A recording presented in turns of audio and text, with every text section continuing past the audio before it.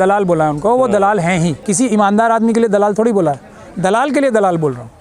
तेवर आपने दिखाए हैं। नहीं, मैंने दलाल बोला है उनको, वो दलाल हैं ही दोनों। नहीं लगता आपको कि ये बहुत ज्यादा नहीं, आप शब्द है? अपमानजनक नहीं है।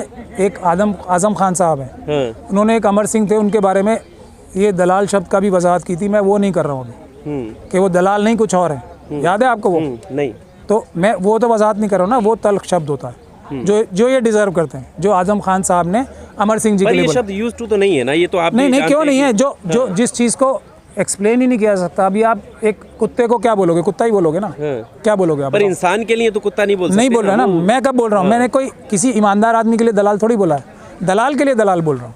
जो तंजीम के इनके नीचे के लोग हैं, जो फुट सोल्जर्स हैं, जो जमीयत उलमा हिंद के, जो इनके बुजुर्ग थे, वो उनको दलाल बोला मैंने कभी? वो ईमानदार लोग हैं, उनको मैं ईमानदार बोलता हूँ। आज भी ये कैसे दलाल हो गए फिर?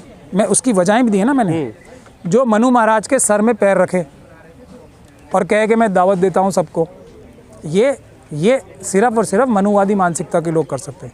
जो मनुवादी मानसिकता का है वो अपने आप को इस्लाम धर्म का मानने वाला ना दिखाए ना। फिर ये है मेरी शिकायत। अगर ये कहें कि मैंने एक ऐसा धर्म बनाया है अपना, वो भारत का संविधान इजाज़त देता है, पूरी तरह से देता है कि अपना नया मज़हब बनाया है, मैं मनुवादी मुसलमान हूँ, वो भारत का संविधान पूरी इजाज़त देता है इनको बनाने के लिए धर्म।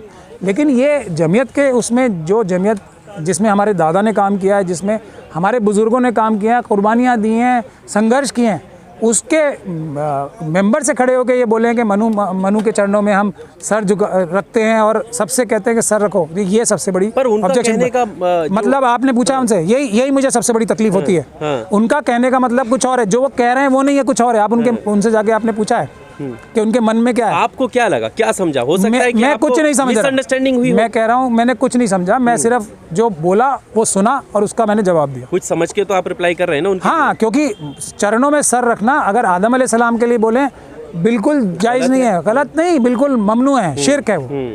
रसूल अल्लाह सल्लल्लाहु अलैहि वसल्लम के आगे भी सर झुकाना एकदम शिर्क है। तो हम तो उनको मानते हैं ना। तो उन्होंने हमें मज़हब का गाइडलाइन दिया है, इस्लाम किस तरीके से फॉलो करना है वो रसूलुल्लाह ने बताया ना। उनके आगे अगर हम सर में खम भी नहीं दे सकते, उनके सामने सजदा नहीं कर सकते, तो मनु क्या कोई भी हो। तो ये बात खुले आम रिपीटेडली उन्होंने कही। इसके बाद मैं क्या मतलब समझूँ? उसके बाद कोई क्लैरिफिकेशन दी कि मैं बूढ़ा हो गया हूँ, मुझे याद नहीं रहा था, मेरा मतलब ये नहीं ये था। आज तक कोई क्लैरिफिकेशन दी नहीं दी ना, क्योंकि ये डायरेक्टिव है मोहन भागवत जी का, ये डायरेक्टिव है हर एक उस हिंदूवादी संगठन का जिसकी एक तहरीक चला रखे हैं। भारत को संविधान ख़त्म करके मनुस्मृति लागू करने की जो तहरीक मिशन चल रहा है, ये उसका हिस्सा है। ये उसको मना नहीं करेंगे। मैं बता रहा हूँ ना आपको, जब तक के पब्लिक इनके ऊपर दबाव डाल के कहलवाएगी नहीं। आज तक खुद मना करना चाहिए था ना। इतनी गंदी घिनौनी बात इन्होंने कही है। क्यों कही है? अब मनु के बारे में क्यों कही है? क्योंकि हम लोगों ने जो SC ST OBC और माइनॉरिटीज़ के बीच में एकता बन रही है, वो क्यों बन रही है कि हम लोग संविधान के मानने वाले हैं, वो लोग मनुस्मृति के मानने वाले हैं। हम संविधान के हिसाब से देश चलाना चाहते हैं, जो सभी धर्मों को आज़ादी से फॉलो करने की इजाज़त देता है। वो मनुस्मृति लागू कराना चाहता है। तो ये हमारे मन में फ़र्क है। इसकी वजह से देश के 88% लोग 8 प्लेटफॉर्म पे आ रहे हैं। जो आपने स्वामी प्रसाद मौर्य जी को देखा, अभी मैं कल बॉम्बे गया था, वहाँ देखा आपने, तो उनको मारने काटने की बातें हो रही हैं। तो उसमें दरार डालने के लिए, मुसलमानों को मनु के पक्ष में दिखाने के लिए साजिश की है। यही MRM के लोग, मुस्लिम राष्ट्रीय मंच के लोग कहते हैं। अब आ जाइए दूसरी बात पे। इनको ओम और अल्लाह, इनके खुद जो नोमानी साहब हैं, उन्होंने फतवा दिया है। जब योगा डे की बात चल रही थी कि ओम को जो है का उच्चारण करना गैर इस्लामिक है। अब इन्होंने ये फतवा ओवररूल कर दिया है क्या? ये मजहबी पॉइंट ऑफ व्यू से बात है। और फिर ये मुसलमानों को बैठ के, मुसलमानों के सामने, अगर इनकी ऐसी मंशा थी कि मुसलमानों की पोजीशन क्लियर करनी है, तो जाके जो मनुवादी मानसिकता के लोग हैं उनको क्लियर करते ना। ये मुसलमानों की गैदरिंग करके ये बताना ओम और अल्लाह एक है, तो ये क्या अपने फॉलोअर्स को बता रहे थे कि आप ओम का उच्चारण करना शुरू करो? ये है बात। अब असली बात पे आ जाते हैं। भारत के संविधान पे क्यों नहीं चलते? ये सब बातें करना कि एक हैं, अनेक हैं, कुछ भी है। भारत का संविधान जब इजाज़त देता है कि आप अपना धर्म फॉलो करो, हम अपना करेंगे, तो ये एक होने की ज़रूरत क्या है?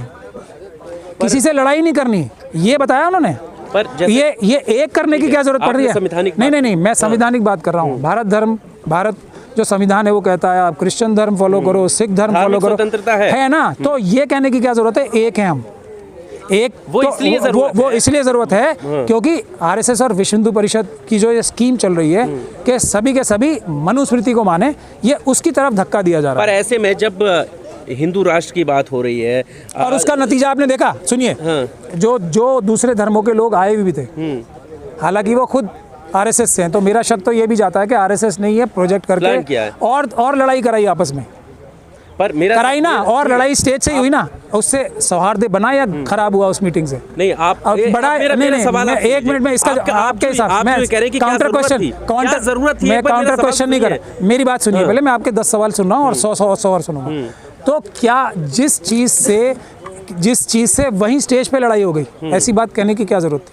ठीक है, वो नहीं हो गई ना, वो नहीं समझे ना, सब नहीं समझे, ठीक है, सब हम भी नहीं समझे, दुनिया में कोई नहीं समझा, अरशद मदनी समझे और वो उसको क्लैरिफाई भी नहीं करेंगे। एक ऐसी तंजीम जिसके पीछे तमाम लोग जुड़े हुए हैं, ठीक है, उनकी एक अपनी जिम्मेदारी, तमाम लोग तंजीम से जुड़े हुए हैं। सवाल तो सुन लीजिए, अभी जवाब देना आप। अगर एक तरफ धर्म संसद चल रही है, इस तरह के बयान आ रहे हैं, तो क्या उनकी जिम्मेदारी नहीं है कि आप भाईचारे के लिए आगे बढ़ें, लोगों के साथ बैठकर बात करें? यही प्रयास वो कर रहे थे, तो इसमें दिक्कत क्या है? Very good question. क्या मुसलमान दंगा कर रहे हैं? जमीयत के लोग जाके क्या आतंकवादी घटनाएं कर रहे हैं? क्या मॉब लिंचिंग जमीयत के लोग जाके कर रहे हैं? ऐसा भी हो सकता है, कहीं वो भगवा वेश धारण करा के अपने कुछ वॉलंटियर्स को भेजते हो। ऐसा था जो उनको समझा रहे थे बैठा के, समझाना किसे था?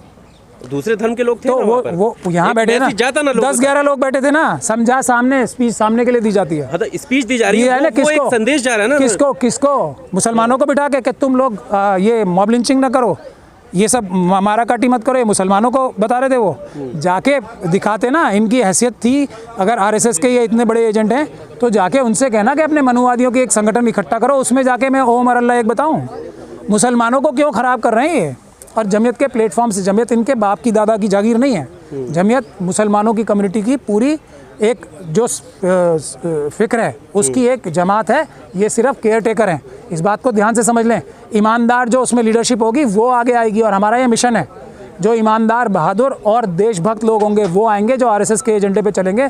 उन सभी लीडरों को हटा के दूसरे ईमानदार देशभक्त लोगों को बनाया जाएगा, जो बहादुर हैं, ईमानदार हैं और देशभक्त। देखिए, हो सकता है स्वामी प्रसाद मौर्य का ये जो है पब्लिसिटी स्टंट हो, क्योंकि राजनीतिक रूप से मार खाने के बाद वो नित नए कंट्रोवर्शियल जो बयान वो दे रहे हैं, वो बयान सिर्फ अपने आप को पब्लिसिटी करने के लिए दे रहे हैं। मैं आपको एक बात बताऊं कि स्वामी प्रसाद मौर्य पिछले कई सालों से राजनीति में हैं, तो क्या कभी ऐसा हुआ कि उनके ऊपर हमला हुआ? परंतु मैं ये मानता हूं कि राजनीतिक पृष्ठभूमि खोने के कारण, राजनीतिक पृष्ठभूमि खोने के कारण ये अपनी जो पुरानी खोई हुई छवि है उसे बनाने के लिए नित नए जो है ये पब्लिसिटी स्टंट कर रहे हैं। बाबा साहब का मिशन चला रहे हैं ना, देखिए। क्यों किसी को गाली देना बाबा साहब का मिशन है? अगर आप सोचते हो कि वो मिशन चला रहे हैं तो क्या कारण है कि बाबा साहब के मिशन चलाने वाली पार्टी को छोड़ देंगे?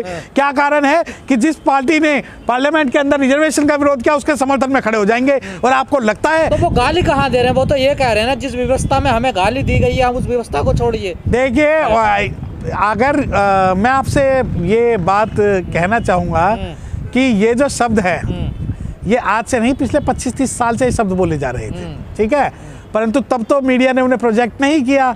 दूसरी बात, अगर आप व्यवस्था की बात कर रहे हो, सिस्टम की बात कर रहे हो, देखिए, हमें इस व्यवस्था में किसी को गाली देकर अपने आप को हाईलाइट नहीं करने देना है।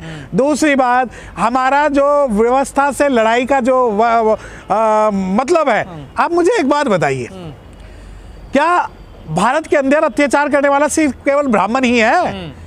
क्या अनुसूचित जाति पर ओबीसी वर्ग अत्याचार नहीं करता? क्या SC ST पर ब्राह्मण, क्षत्रिय, वैश्य तीनों या शूद्र अत्याचार नहीं करते? मैं आपको एक बात बता दूं कि भारत के अंदर अधिकतर अत्याचार जो प्रत्यक्ष रूप से अगर अनुसूचित जाति पर कोई कर रहा है तो ओबीसी वर्ग के कुछ लोग कर रहे हैं।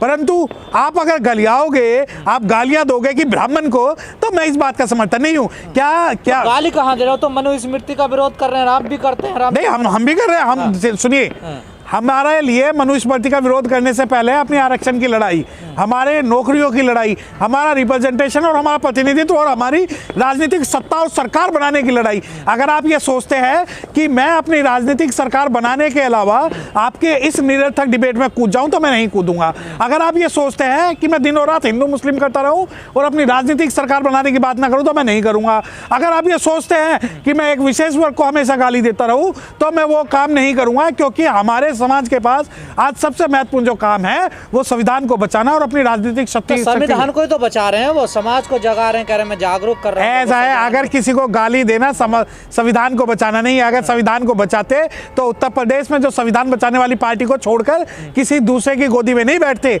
और अगर आप संविधान को बचाने की अगर बात कर रहे हैं तो ये देखिए, ये जो आपके पब्लिसिटी स्टंट है वो हम जानते हैं कि किस कारण से वो हो रहे हैं। और दूसरी बात आप ये बताइए कि अगर आपके ऊपर हमला हुआ है किसी भी शब्द को लेकर या किसी भी आपके आइडियोलॉजी को लेकर, तो आपके समाज को पूरा साथ आपके साथ खड़ा होना चाहिए। परंतु क्या कारण है कि आप ये सोचते हैं कि सारी लड़ाई जो है वो अम्बेडकराइट लड़ेंगे। अम्बेडकराइट के लिए सबसे बड़ी जो लड़ाई है वो संविधान को बचाने की लड़ाई है।